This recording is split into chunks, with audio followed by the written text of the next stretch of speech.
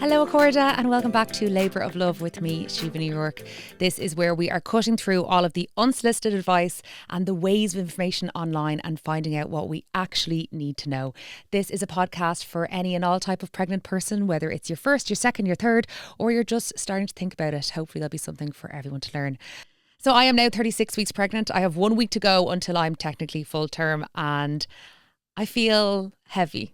That's what I feel. I feel heavy and a little bit uncomfortable, but I still have a few weeks to go. So I will put up with the heavy breathing. It's the breathing actually. It's the breathing. Like I noticed it a few weeks ago that taking in a deep breath was not as it used to be. And now everything I do, every standing up from a chair, closing the dishwasher, turning on a light switch, everything makes me out of breath. But that is part and parcel of what we're going through. So on today's episode, I'm going to talk about the topic that probably elicits the most amount of unsolicited advice, and that is the topic of labour and how you choose to birth your baby. I feel a lot of people are nervous to speak about this topic, and you know what? Me too. I'm actually not going to say my plan for how I'm going to birth my baby because, as we all know, plans could go arse up and it could all be changed in a matter of weeks or days or seconds, even when it turns into the labour ward. But I feel like this is where you get the most people telling you, you know, what to accept, what to not accept, how to do it, how not to do it. And that's a lot of noise that I feel like we really don't need during pregnancy. But what we do need to know is what are our rights? Where can we speak up? Where can we advocate for ourselves? And how can we ensure that we have a really positive birth experience? I read a book a few years ago, actually like 5 or 6 years ago. So it was way before I was pregnant or even thinking about getting pregnant. And it just opened my eyes to the choices we have in labour. I just don't think, I felt like it was a passive thing that happened to us rather than something that we did. And I think it's so important to be informed around that and to feel empowered. Like we want to come out of birth feeling amazing. Well, can you feel amazing after birth? I'll report back after I've actually given birth myself. But there is a certain way of viewing birth. And I want to also just preface here by saying I don't think that there is one correct way to give birth. I think it is such a personal journey. You'll hear that word again in this episode. It's such a personal preference, and however way you do it, I just want to make sure that you feel empowered in whatever way that is. So we're going to dive into it. And today we are going to chat to the lovely Sarah McCann, who is a midwife. I will also, full disclosure, say here that I am attending her antenatal classes and I've really enjoyed them. And she may or may not call me a goddess during this podcast, just a little warning. But let's go ahead and have a chat with Sarah McCann. Sarah, thank you so much for joining me on Labour of Love today. Now, I want to chat to you. You are a home birth midwife, but what led you to this job? Okay, so I was a PE teacher when I first qualified from college. No interest in babies, no interest in maternity at all. And then I had my own children and I was a stay-at-home mom. I was childminding for some other people as well. And I started to feel I was a bit brain dead. Okay. So I did a Quidu antenatal teacher training course. And when I started reading around birth, and because I hadn't done any for my own, not what I recommend, but Yeah. when I started reading around it, I just got really, really interested. And so I qualified as an antenatal teacher in 2006. And then I said to my husband, I'm going to be a midwife. And I started training in 2007. Wow. And qualified in 2011. So I am, I'm so glad I made the decision to do it. I'm very passionate about women having good birth experiences. Mm-hmm. So that's my goal, is to assist women to do that. Yeah. And you did, so now you're a home birthing midwife, but you did spend time in a hospital doing it as well. Yeah, I worked in the Rotunda. I trained and worked in the Rotunda. I did a short spell in the Coombe. Mm-hmm. But yeah, I worked in the Rotunda for 10 years, 10, 11 years. Okay. Yeah. So you've seen all types of births. Yes. Yeah, I have. And it's wonderful. But I love what you said there about wanting women to have a positive birth experience, because I think I had read before that it's like between 5 and 20% of women may have PTSD after a traumatic birth. And I just think it's very important, no matter what type of birth you want or you have, that you feel like you have had input into it. So that's really what I want to chat to you about today. Before we maybe get to the kind of advocating stage. Let's talk about the stages of labour and what people go through. Okay, so that's so different for everybody. And our bodies just labour. Our body knows how to birth our babies.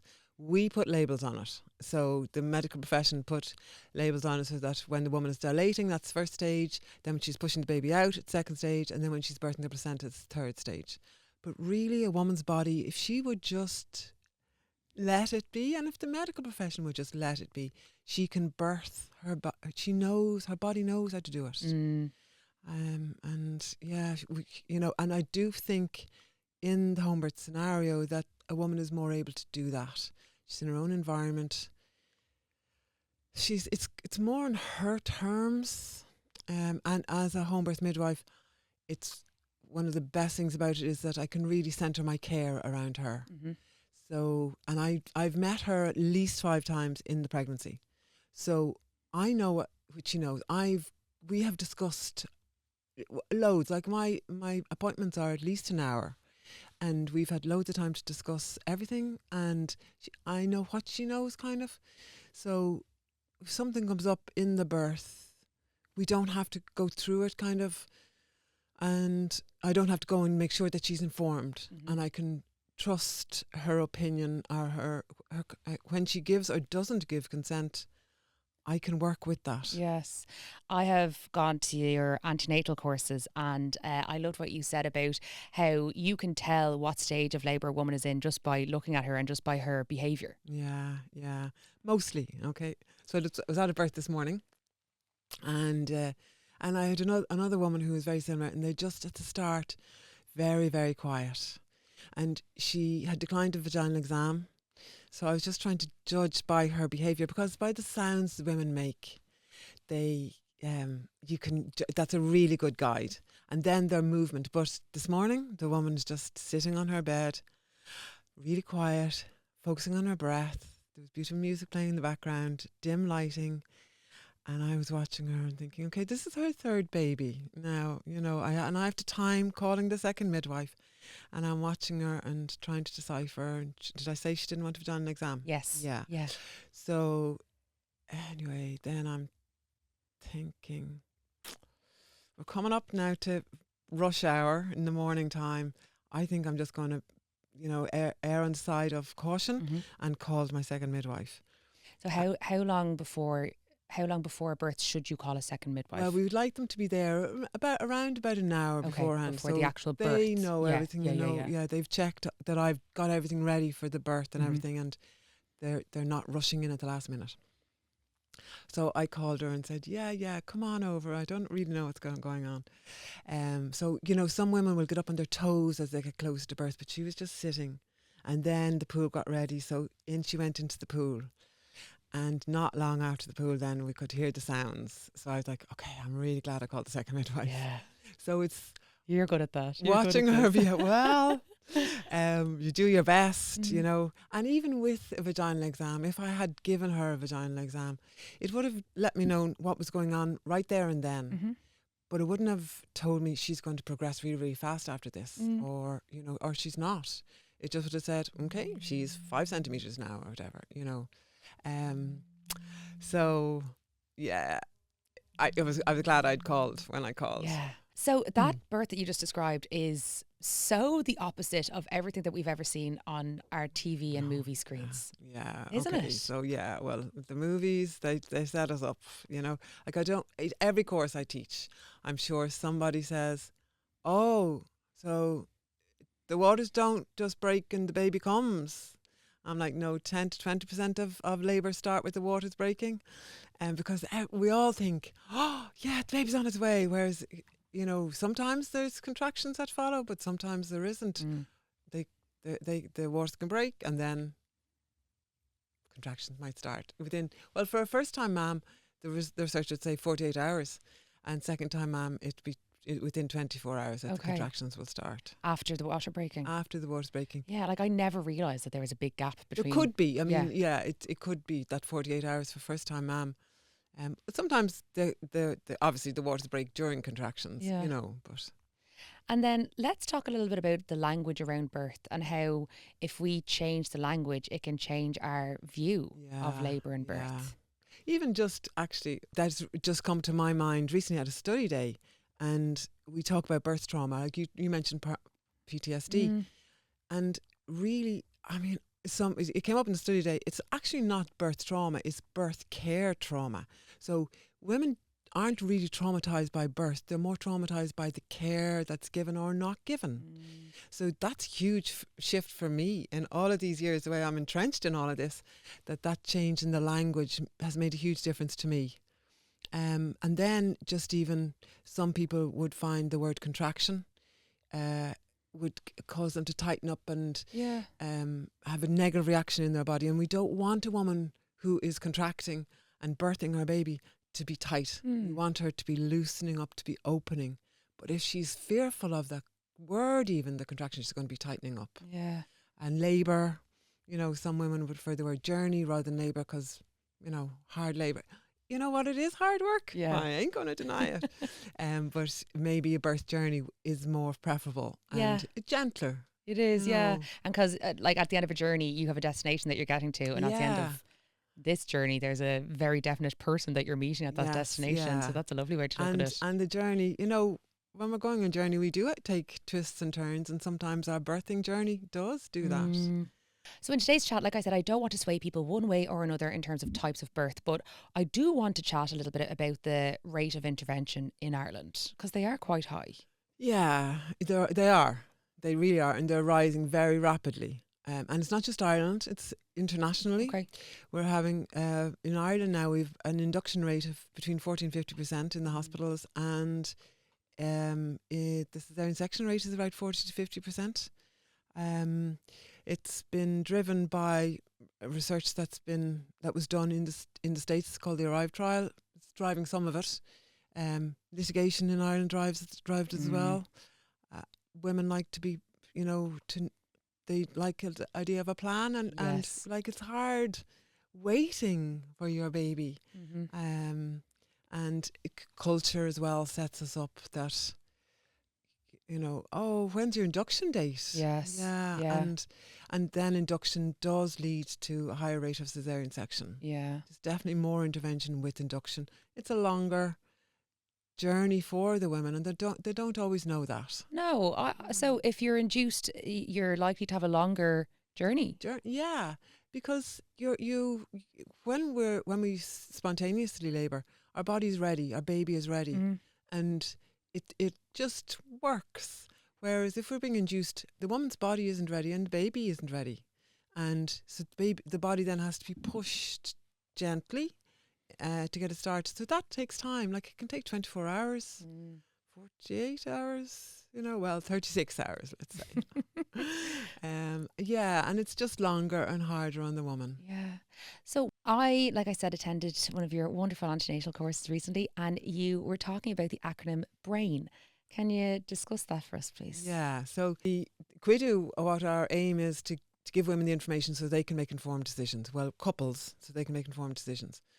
And we've got lots of information to give, but we don't know what pathway the journey, what route the journey is taking. So we give the couples then a decision-making tool. So we give them the information, and then the tool that we give them is BRAIN, which gives them the questions. And we do say to the dads to bring their brain into the birthing room with them. Great advice. Because the women, like we are hopefully under the influence of our hormones. So we shouldn't be the ones that are saying, oh, what are the questions I should be asking? Yes. So the questions would be, well, first of all, is mum and baby okay? So if mum and baby are okay, go ask these questions. So what are the benefits of what you're suggesting? Are there any risks involved? Are there any alternatives? So can I just put a plug in there for hypnobirthing? Hypnobirthing gives a load of alternatives. So we get the benefits, but we don't get the risks when we use the alternatives, that hypnobirthing, and there's loads of tools and it's normally that the benefit they're looking for is normally to speed things up. Okay. So that's B or A, and then I is, what are the implications that if I say yes to this, am I saying yes to something else? Or I can stand for instincts.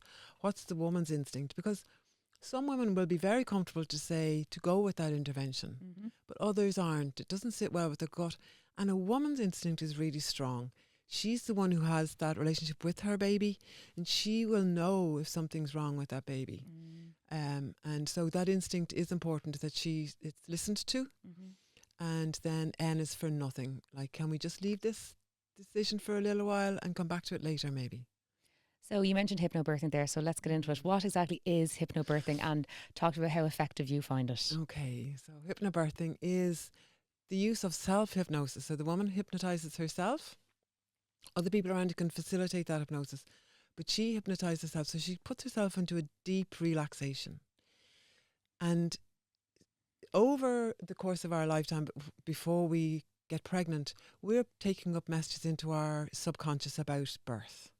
And as we know, the culture of Hollywood and our friends telling us stories, they're all dramatic. We're geared to remember the more dramatic, we're geared to remember danger.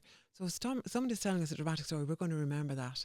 And all of those dramatic stories can build up fear in our bodies and in our subconscious.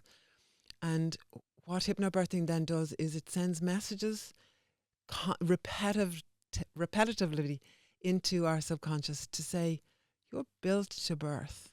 You can do this, and remind us that, a woman in a coma can birth. Our bodies know how to do it, and we can do it. We're birth goddesses, actually. I was hoping you would bring this up, Sarah. So yeah, I teach the Judith Flood for hypnobirthing course, which she doesn't call us goddesses, but I firmly believe we are birth goddesses. We are phenomenal. We really are. Like how we can grow a baby, we birth a baby, we can feed a baby if we choose to. It is pretty phenomenal. And I think the partners, when I say it in class, they're like, yeah, right. But when they see their partner birthing, they're thinking, yeah, she's a goddess. Well, we always see like on social media when someone has had their baby that the partner always posts like, oh my God, XYZ, Sarah or Mary or whatever is amazing, you know? Yeah. So it must be amazing to witness that. It is. It really is. And I get to witness it loads of times. Well, you do. I do. It's phenomenal. I can't, like having a job like that where you get to witness such a, I don't know, liminal kind of space and transformative time for people must be very exciting. It is. I feel really honoured because I've gotten to know the women beforehand. And, when I would be booking a woman for home birth, I would always say to her, make sure you like your midwife, because you need to get on with your midwife and vice versa. So I know the woman well, and then so I get to watch her birthing, and some of the amazing births have been where it's been maybe harder for the woman to achieve that birth, or maybe she's had trauma from her first birth care, and she feels it's healing. That is just phenomenal. Yes. Like every birth is phenomenal though. Some are more phenomenal than others. And what made you go from attending births in a hospital to doing them at home? Or was there a turning point? Was there a catalyst for you? No, it was always in me. Oh, really? Yes. That's what you always wanted? Well, yeah, I'd wanted to have home births myself. Oh, right. Didn't have them. Just partner wasn't happy to do it. And, then I said, okay. No, my births were fine. They were hospital births, they were fine. But I always leaned to the more physiological. And in the rotunda, they were great. When a woman would be coming up that was hypnobirthing, they'd say, oh, Sarah, we've one for you. Okay. Like they try and match the midwife with the woman, the type of birth That's really she nice wanted. to hear, because like I've heard some of my friends say, that there was a change of shift mid-birth for them, and like they loved the midwife they started with, and then the next one wasn't quite as much on their wavelength, which is difficult, I suppose, isn't it? Hard. It can be hard on both sides. Yeah. Because as a midwife, you're coming in and you can see the chemistry between the woman and the midwife you're replacing, and then you're kind of feeling, oh, will I be able to fill her shoes?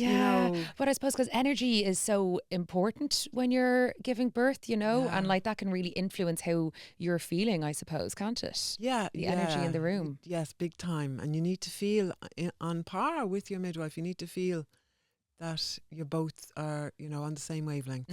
What I really like to hear is the talk about a positive experience for a mother, because I've heard over the years, the best outcome is just a happy, healthy baby.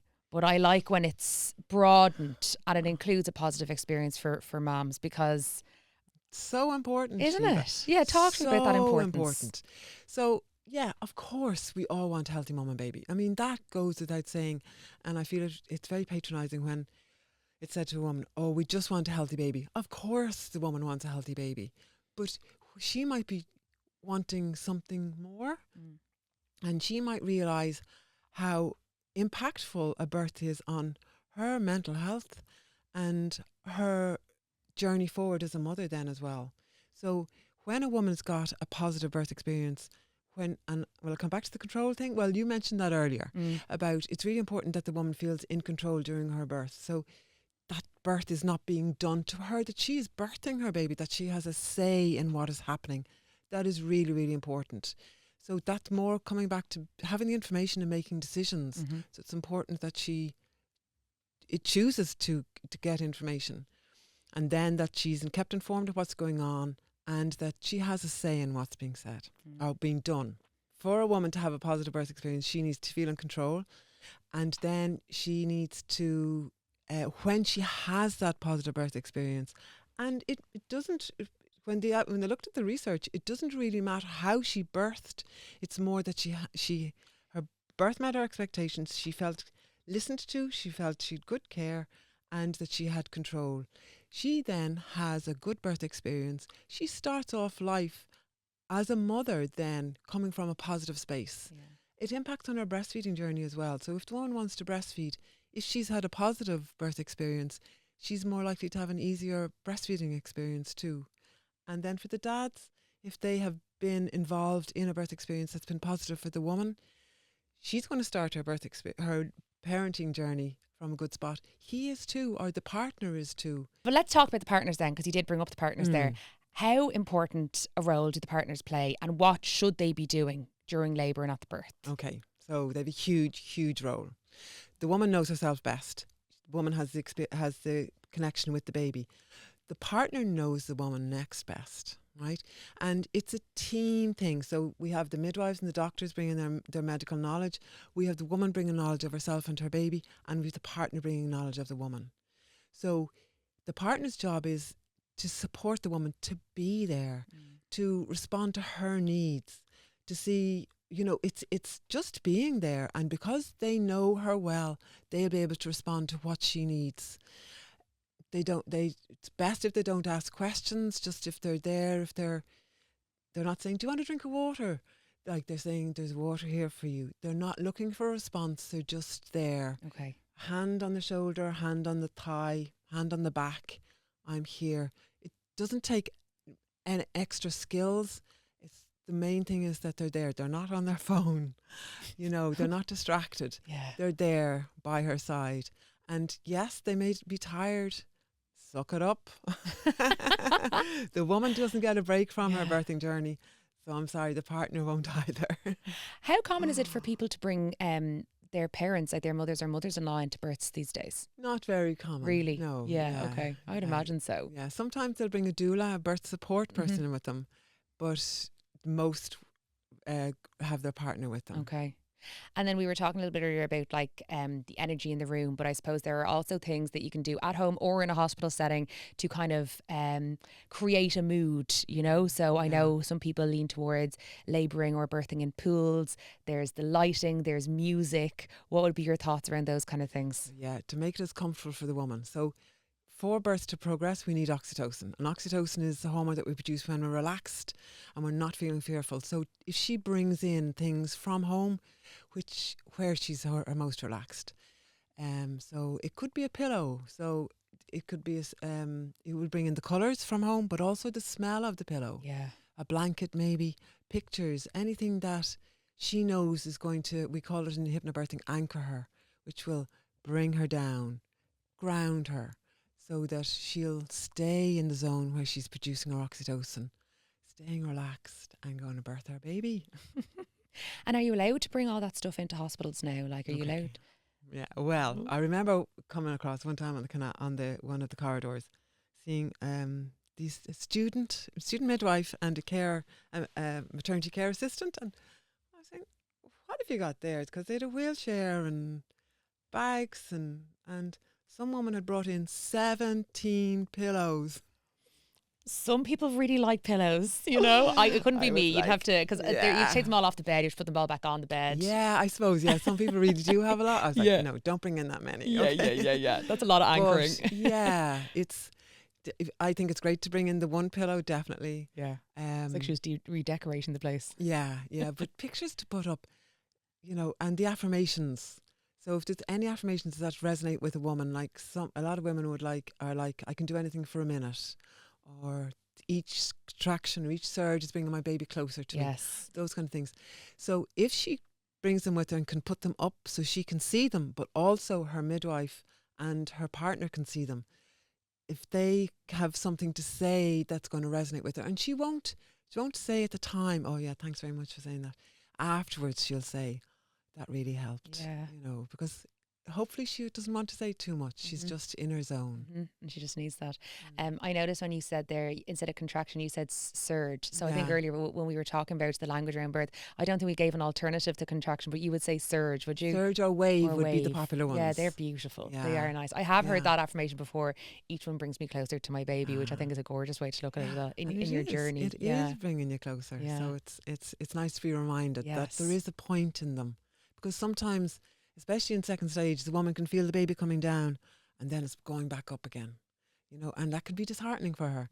But if she thinks, no, this is bringing me closer, even though it doesn't feel it, it is.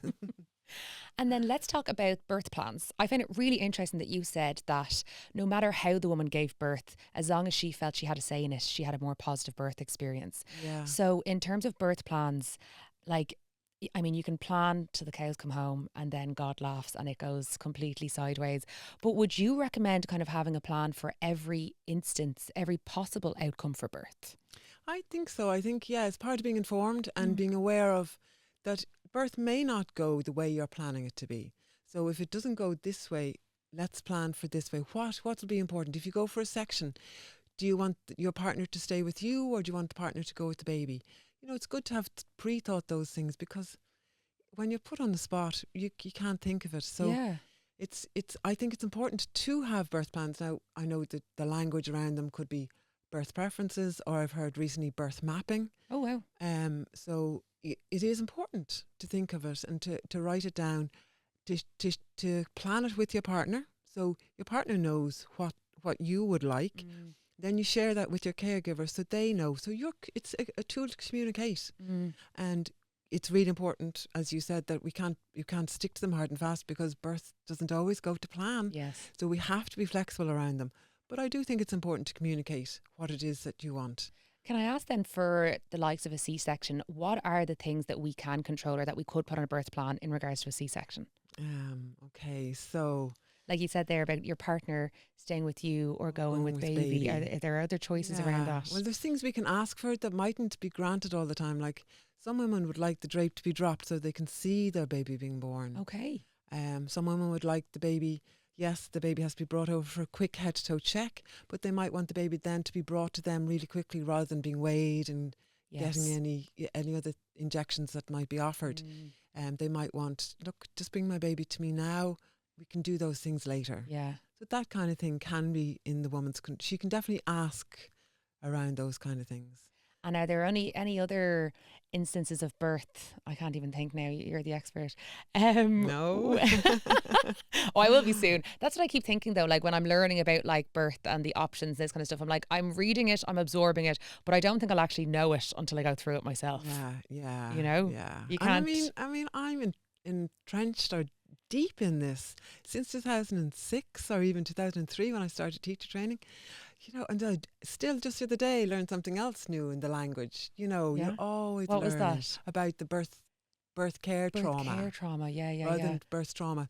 Because, you know, birth, because we're designed to do it, doesn't generally traumatize women. It's more that the care that they're getting.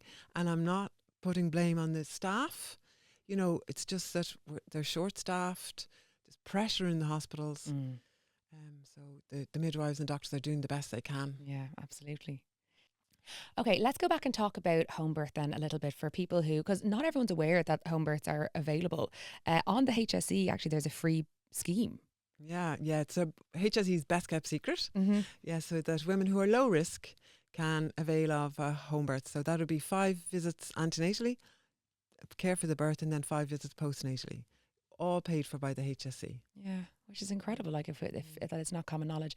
What are the options for people to have a home birth, or who is viable for a home birth? If you've previously had a birth in a hospital or a C-section, can you go on then to have a home birth? Okay, so you have to be low risk. So they would view a woman who maybe had a big bleed after her birth as high risk, so she couldn't have a home birth. Or a woman who had a section, HSE would say no, that she can't have a home birth. Okay.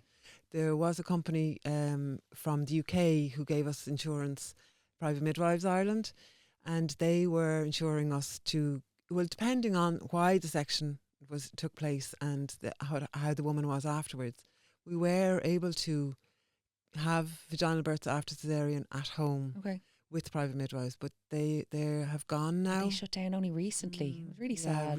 really sad. Yeah. So it's taken that choice away from women who, like women who had gestational diabetes, we could care for as long as their sugars were controlled. So the HSE is very, very strict criteria, and with private midwives, we couldn't take every woman who had gestational diabetes. They had to, have good sugar control, and they had to be deemed then after vaginal birth or after section that it would be safe, but that's gone, unfortunately. Yeah, that is. I think that's a massive blow as well. The less options a woman has, the more difficult.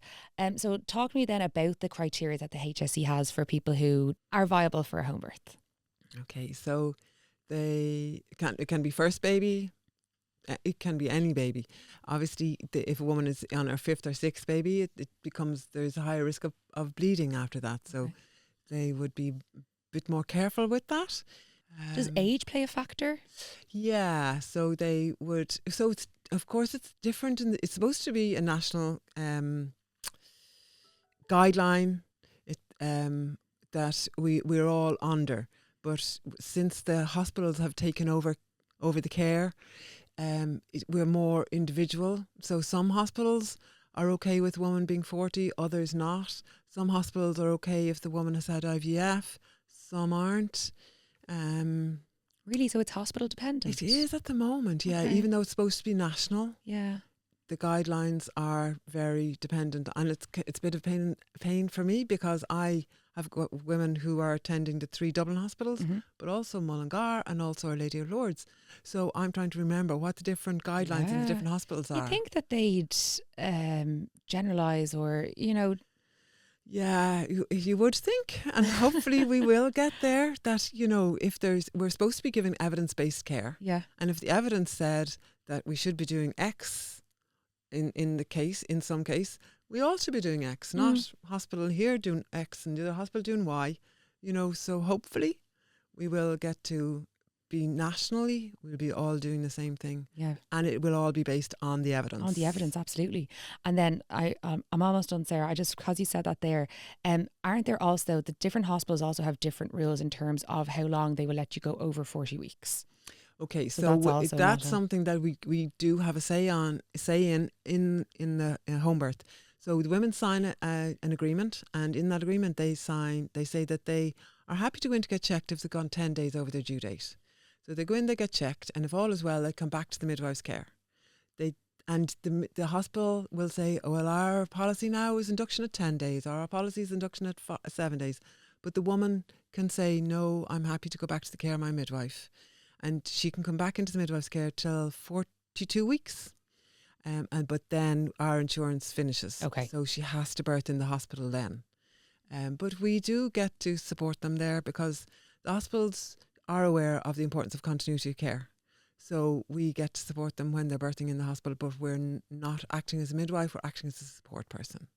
And then is it the same for even people who aren't home birthing, that it's different in terms of how long hospitals will let you go over the 40 weeks for any type of birth? Yeah, and remember that the hospitals can only guide you. I mean, and they are only guidelines. If the woman, like it is normal for a woman to gestate to 42 weeks, so it's normal for she could birth at 37 weeks and it'd be normal, and 42 weeks and it'd be normal. So the hospital can say, we would like to induce you now, but what evidence is that based on? I mean, it's going from 7 to 10 to 12 to 7 to 14 days in the different hospitals. Yeah. So, again, it would be nice to have a national policy on it. Yeah, absolutely, because the Liffey doesn't really dictate, What women are and how they gestate. Okay, and in that instance, you can use your voice and say, no, I'd rather wait until I go into labour naturally. Best outcomes would be that after 41 weeks that the woman gets extra surveillance on her baby. But that's not always possible. The hospitals are very busy, and they're saying to the woman, watch your movements. If you have any concerns, come in. If you're concerned about movement. But in, of course, Scandinavia, where they've got excellent facilities, they can go in after 41 weeks. They can go in for extra scans and extra checks on the baby, and that is definitely best practice. Okay. Yeah, so then you can monitor and keep an eye on it. Well, Sarah, I won't take up any more of your time. You probably have more babies to birth, but thank you so much for joining me today. You're so welcome. Thanks for having me. So that is our chat with the gorgeous Sarah. I could talk to her all day. I feel like we only scratched the surface. I hope you learned something from this episode. And if there is more that you want to know, Sarah does do antenatal courses. They're on in Dublin, but I'm sure there are midwives all over the country that do very similar, that focus on hypnobirthing and empowerment and advocating for yourself in medical environments. So definitely do check them out if this was something that piqued your interest. So we have actually come to the end of this mini series of a podcast, and it has been, pardon the an absolute labour of love myself. I have loved getting to chat to each and every one of these guests and dive in a little deeper, and we have, of course, only scratched the surface, but I do feel like I have learned a lot, and I hope that you listening have as well. I just want to thank everyone for listening in, and if you are like me on a pregnancy journey, remember we are that 1 week closer to meeting our baba. So, Gurmi Lamahagwiv, and best of luck with everything.